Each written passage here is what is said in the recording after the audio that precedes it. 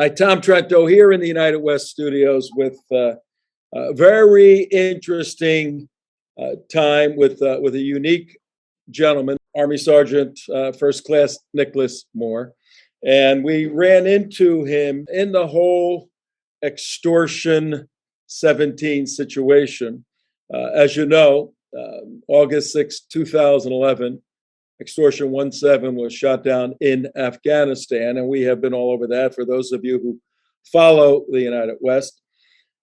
And this month, August 2021, was the 10-year anniversary. And our friends, Stephen Spivey and Don Brown and many others, Keith Walker and the Vaughns, all were involved in an amazing movie, Fallen Angel, call sign Extortion 17. One of the individuals in that movie, and we met him at a premiere just a couple of weeks ago, is Nick Moore. We'll talk maybe a little bit about Nick and his involvement with Extortion 17. But as I've done some reading and research on this guy, I wanted to just bring an individual to our audience, to an American audience, to a patriotic audience, of a quiet guy who saw the need to join and fight for his country, and did that, and in an amazing, absolutely amazing career. He has been involved in news-making situations, but behind the scenes. He's the kind of guy you don't usually hear about. I'm going to read a little bit. I can't read everything. We'll be here for a week. But Sergeant First Class Nicholas Moore went in 1999, served for 14 years, and went to basic training, then airborne school, then the Ranger program. You know, the 75th Rangers, we have friends, many of them, and absolutely tremendous men and tremendous warriors and patriots. He got assigned to 2nd Battalion, 75th Ranger Regiment in December of 99. During his 14 years, now get this, Mark, you ready for this? During his 14 years, our guest today deployed 13 times. You need to have that sink in, ladies and gentlemen. A deployment is you get up and you go someplace and you risk your life from the second you go there to the time you come back. And over 14 years, he did that 13 times. And the places he went to weren't the coast of Italy where Mark served. You were in the coast of Italy in the Navy, right? But you were in the rough days, weren't you, in the 80s? Yeah. Those Italians in the 80s, they're tough. But he was in the war-fighting lands of Southeast Asia, of Afghanistan, in the mountains, and up there in crazy areas. 7 deployments to Afghanistan, 6 deployments to Iraq. So in all of this, he got involved in some very notable, as I said, news-making situations. He was involved in the rescue, remember, Private First Class Jessica Lynch in 2003. Nick was involved in that. You're going to meet him in a minute.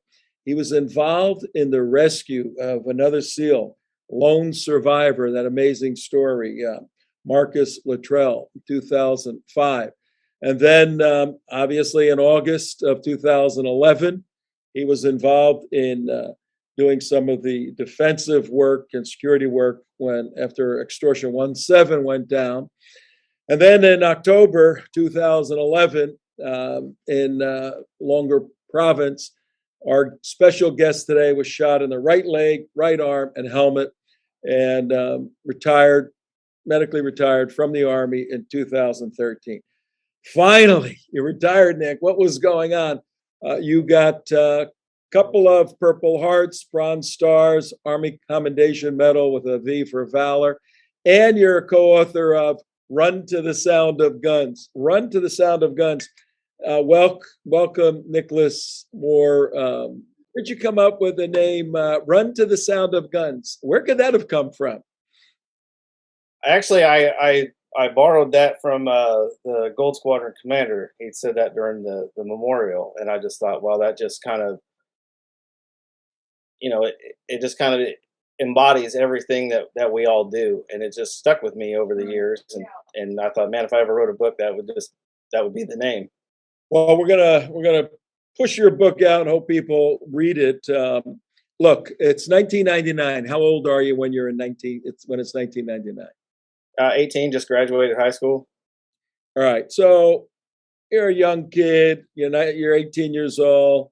You're going. What do I want to do with my life? What was going through your head? I'd seen my friends doing the college thing, or getting scholarships and going to college, and I had the opportunity to do that, and I don't know, it just didn't feel like it was the right thing. And I always, to serve would be where I needed to be, because I really respected what my grandfathers did, and both served in the Navy in World War II. And so it's just kind of always something that was just in my heart to do. A lot of men and women serve for a couple of reasons. A very significant driving force is that patriotic spirit.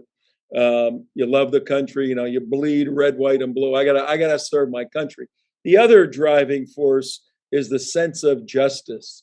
That the sheepdog mentality. I have to be involved in protecting this country. If you had to pick one of those, what was your driving force? Patriotic sense of duty. All right, so you go in, but your grandfather served in the Navy. What are you doing in the U.S. Army? Yeah, I don't know, when my grandfather Don found out I was joining the Army, he didn't talk to me for a couple of weeks because he was mad.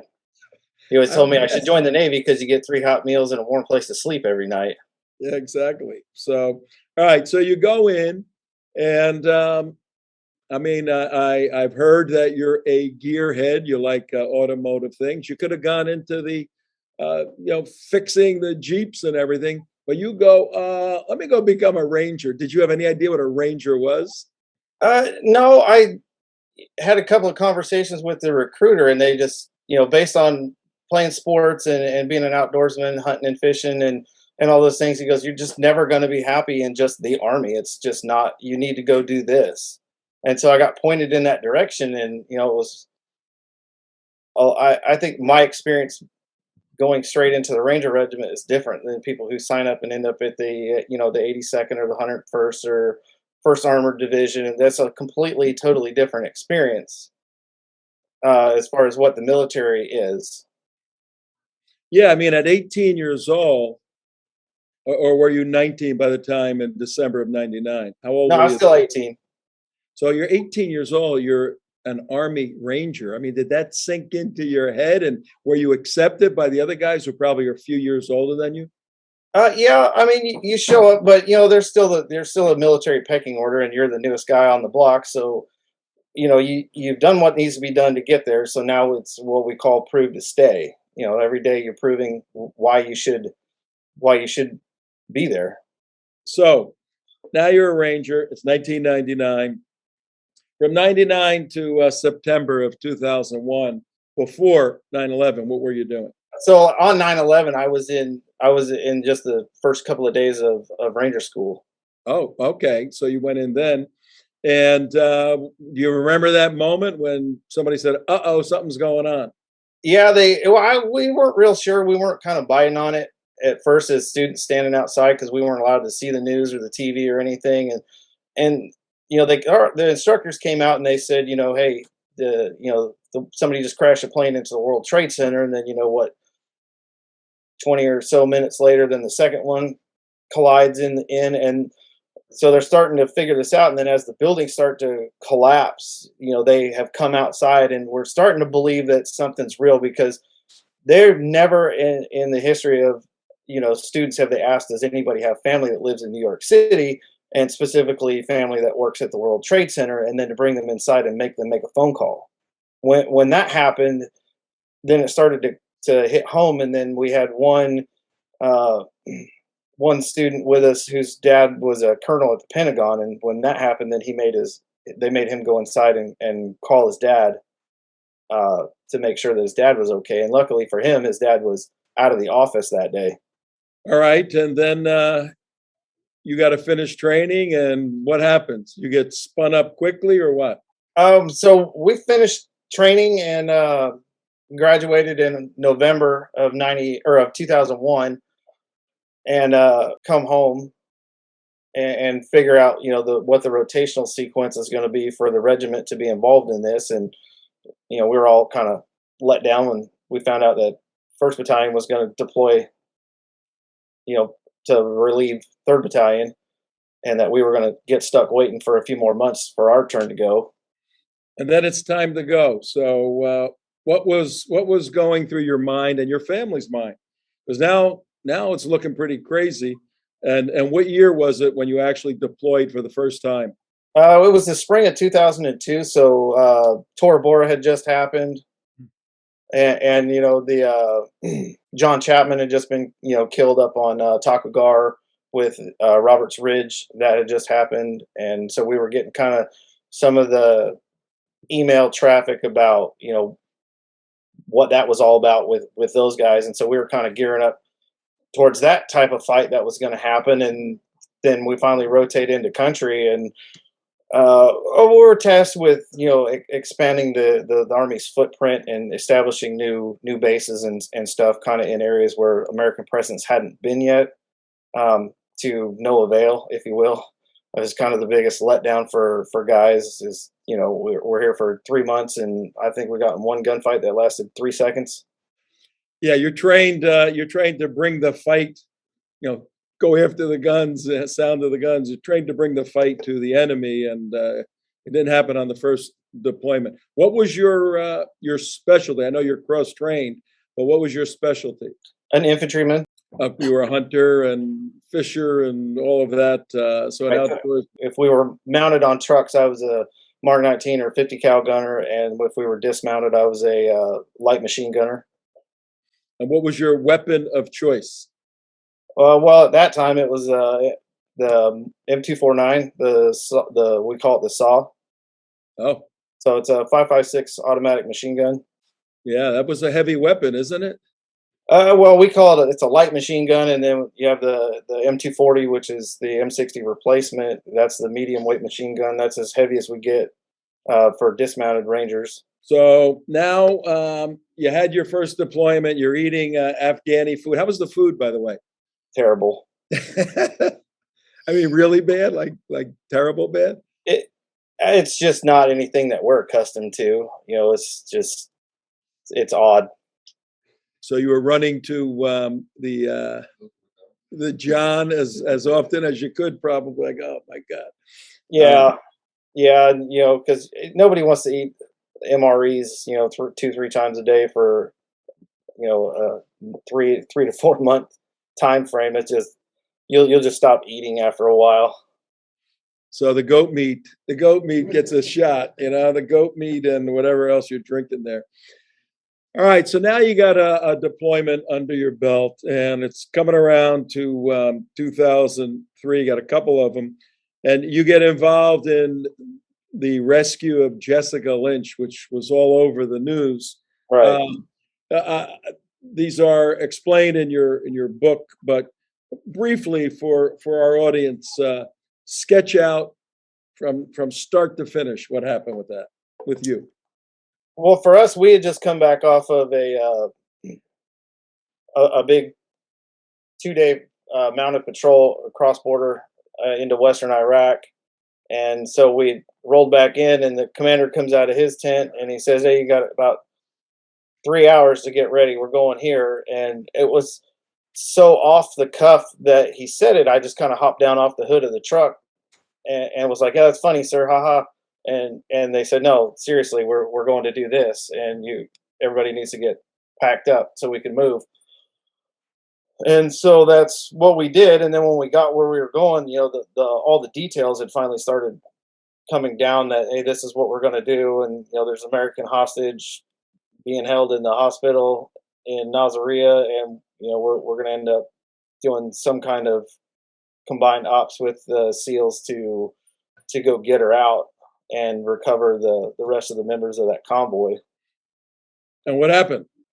Planned the plan, rehearsed the plan, and then loaded on Marine Corps CH-46s, crossed the river, and secured the perimeter around the hospital. And Some one platoon from 175 drove east of the city and all the way around the city and came in from the north and brought in the heavy guns to secure the hospital itself.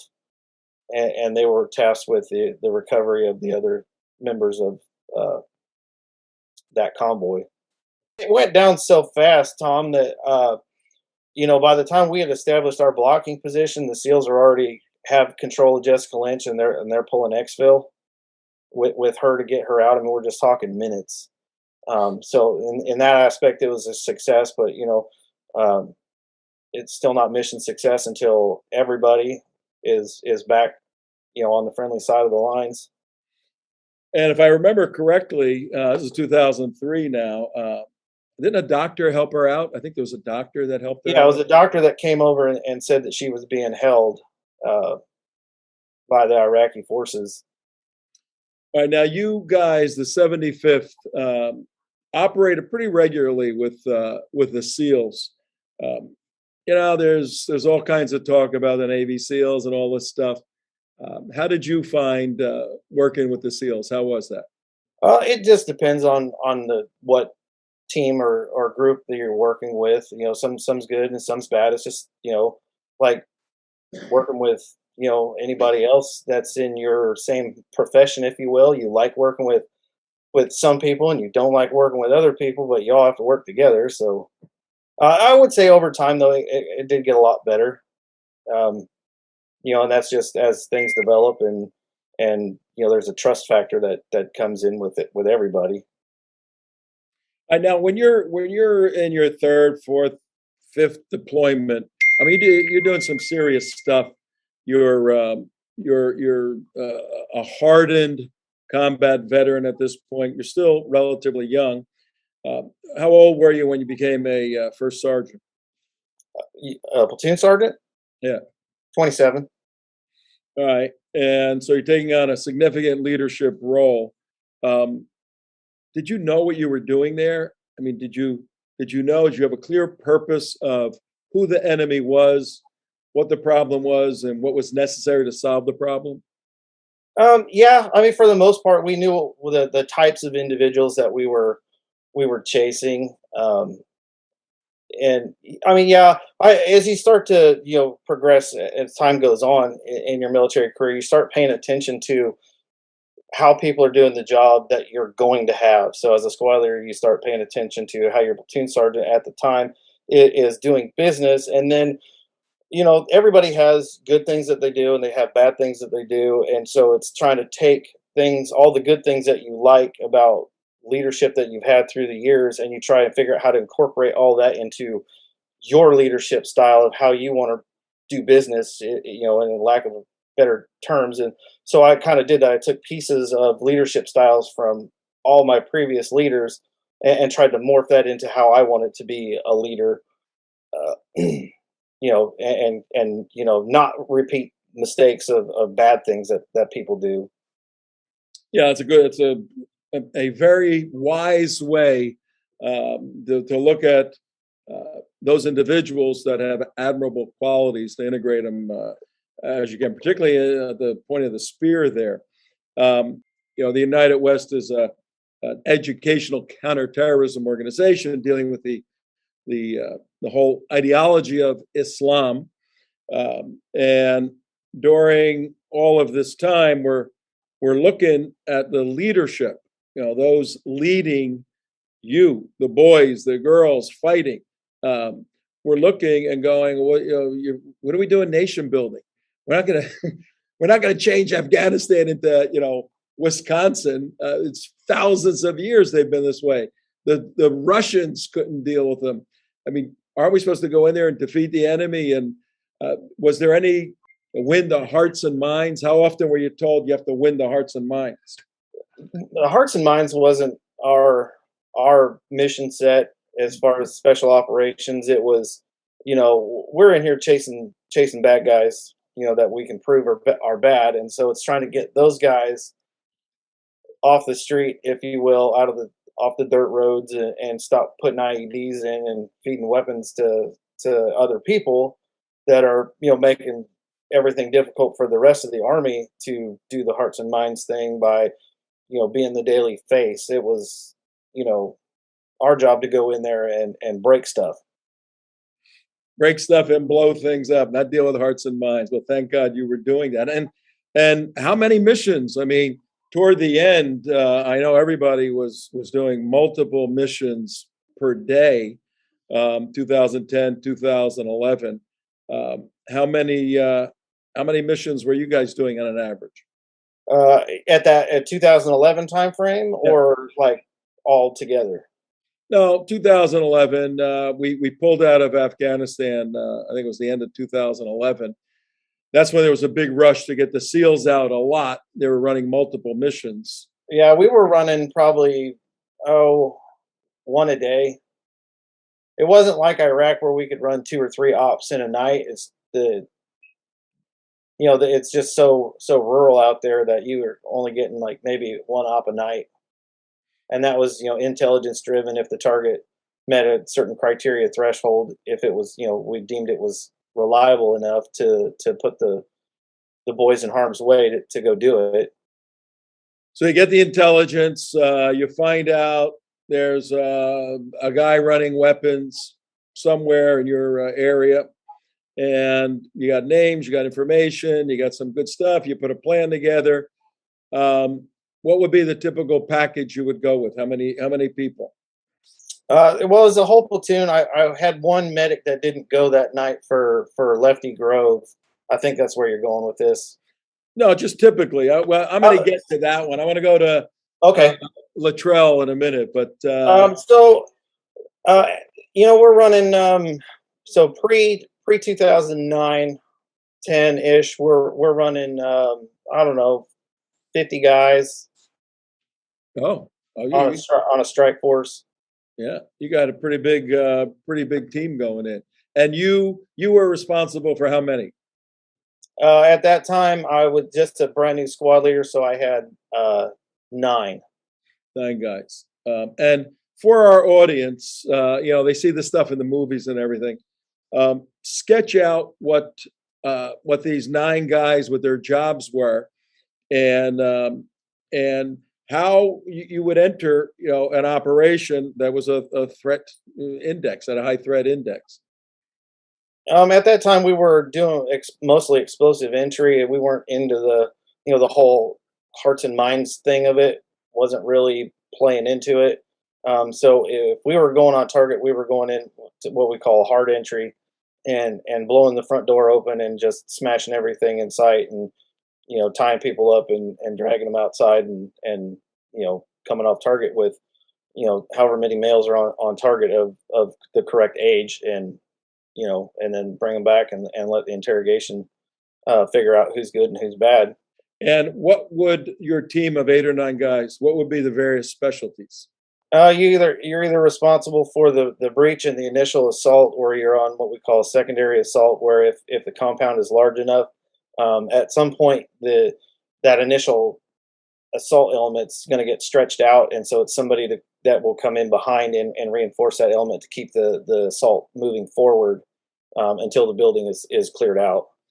All right, and on where were you when you got the call that you got a SEAL stuck on a mountain somewhere and with the family and trying to get out of there, and the whole lone survivor, Mike Murphy, Marcus Luttrell situation, 2005. So we were actually, I had just loaded on the trucks to go off base to what we call East River Range, and it's just outside of Bagram Airfield, where we can shoot all our guns and stuff. And we had driven out there and we're throwing target stands out, and got the radio call that they were in contact, and that helicopter had been shot down, and that we need to return to base like right now. So we just threw everybody back on the truck, didn't care about targets or target stands, and just turned around and drove back in as fast as we could, and then started trying to piece together what had happened, where this was at, and then go through the planning process for how we're going to get there,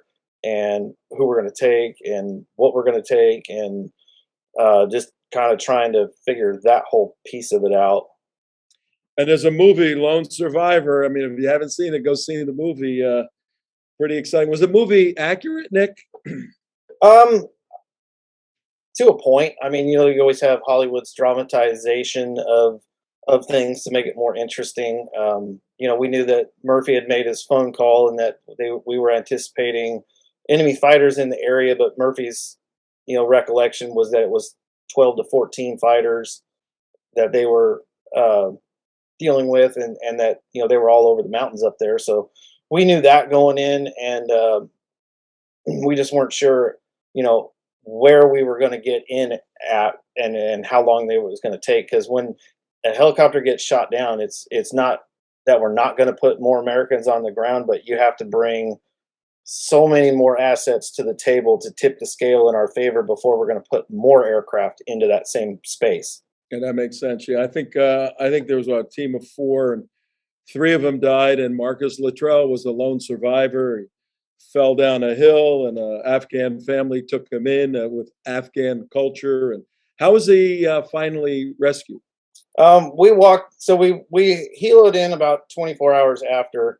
Walked up the mountain, secured the crash site for the crashed helicopter because we knew where that was, and recovered all the 16 off that crash site. With we were at what we call a company minus, so we had 2 Ranger platoons up there, and one was working that crash site, and my platoon was pulling security for them to recover the remains out of that crash. And then once we had accountability of everyone, then we start figuring out how we're going to attack the rest of this situation that's up here. And so we sent 2 squads from my platoon, started walking down the mountain to go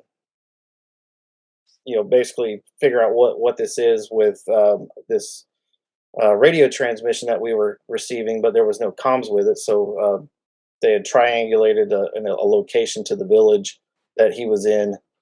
And so we just walked down the mountain through a rainstorm that night, and linked up with a SF team that was there that was trying to come up to the crash site. And we just walked into the village and cleared the village, and Marcus was there. They had him hidden off, in a little storage area that they had, a little storage room down by the creek or whatever. And so they were helping him walk back up to us, and then we just sat there till nightfall to exfil him. Wow. Did you ever get a chance to talk to him? I haven't talked to him since that day. Yeah, I guess that was a big day. When you were 18 years old and graduating high school in 1999, do you ever think your Army career would encompass, I think it's 3 movies, Jessica Lynch, Lone Survivor, and now The Extortion. But you've been involved in 3 movies. What's the deal? No, I never thought that, that this would ever, be a part of my career. I mean, pre 9/11, nobody ever thought that this was going to happen. I mean, if you got to think, at the time, the biggest thing going on in the world is militarily was, all the stuff going on in the Balkans with Bosnia. And we were actually, the regiment was trying to figure out how to get the guys involved in that aspect. And then 9/11 happens, and then now we're, in Afghanistan, and then we invade Iraq, and now we're bouncing back and forth between both theaters. Unbelievable. In the Middle East and over there. Yeah. Yeah. Mark saying, so Forrest Gump is not your brother, right? No. Run, Nick, run! Run, Nick, run! You're in all these movies. So I've got a comment. Can I you interject? still got a whole lifetime in front of you. Now it's what, Mary? Can I interject? Yeah, absolutely. Yeah, This is a very informal time with Nick. One of the things I find must be really surreal for you to sit back and see these 3 movies, and knowing you were a part of every one of them, and you must sit back and just go, no, that didn't happen that way. Yeah. Crazy? Oh, yeah, it did. For Lone Survivor, kind of set me off there for quite a while. Just because I understand why they did the end of the movie the way they they did it, but it's like the complete opposite of how it actually happened. And you'll have to see the movie to figure that one out.